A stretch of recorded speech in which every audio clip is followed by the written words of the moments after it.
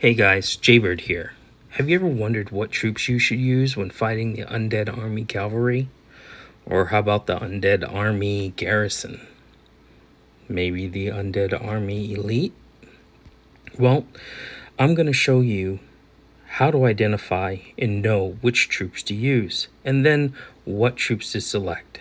So here in the drill grounds, you've got 4 different types of troops: infantry, cavalry with a horse, distance with the gun, and artillery with the cannon. How do those correlate to which one is stronger? Well, we're going to go back over to our training camps, and we're going to pick stables first, open that up, and these are our lightweight cavalry or heavyweight cavalry, but they're strongest against distance troops. Keep that in mind. Let's go back.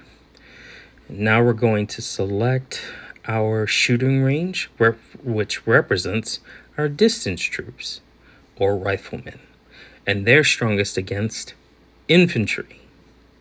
Keep that in mind as well. And then on the third one, our barracks, let's select that for a second. Oops, let's back up and try that again. So our infantrymen or pikemen, we can select them, and they're strongest against cavalry. So keep that in mind when you're actually going to use them against different types of enemies that you're going to fight. Back in the drill grounds, look at the icons. There's the spear next to infantry, the horse next to the cavalry, the gun next to the distance, and then the cannon next to the artillery. When you're looking at your troops, you can know that the riflemen, they're perfect against the infantry. And so how do you identify an infantry enemy? Well, let's take a look. Here's the tree. And if I select that tree, you'll see that there's a spear right on the top left-hand side corner below the 2. That tells me that's an infantry enemy. So a good infantry enemy, a good way to fight them is with a distance troop. Let's select level 31 undead armies. And if I open it up, you'll see that spear again. That tells me I should be using my riflemen against those guys. Here we are. Let's take a look at our cavalry troops. They're on our horses, and those guys are good against the Undead Army Elite because they're better against distanced enemies. So if I look at this level 30 Undead General, they have the gun. And then back to our pikemen or infantry troops.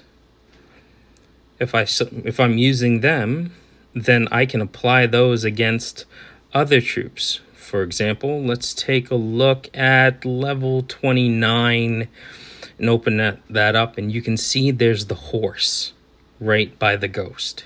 So that lets me know that my infantry troops are good at fighting against them. So I'll select infantry troops for that. So how does that all correlate and give me the right approach to knowing which troops to select? Well, first, let's do a quick recap, and then I'll show you. We have our cavalry troops, which are good against distance, our distance troops, which are good against infantry, and our infantry troops, which are good against cavalry. So let's hop back into the drill grounds, and I'll show you here on how that correlates. Here I've got cavalry troops with cavalry heroes, and this will allow me to focus on distance enemies. That'll make it a lot easier.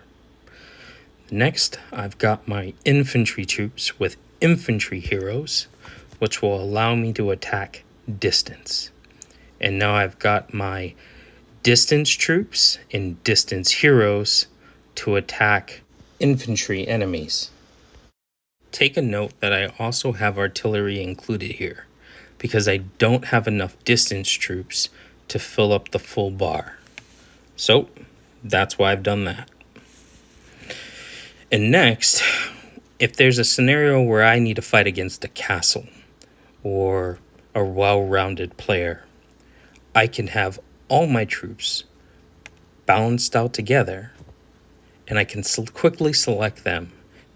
I hope this video was helpful, and this helps to explain the different types of enemies and how it correlates to the different types of troops you have to fight against them. If you've liked this video, please subscribe and like. Once again, this is Jbird, and thank you.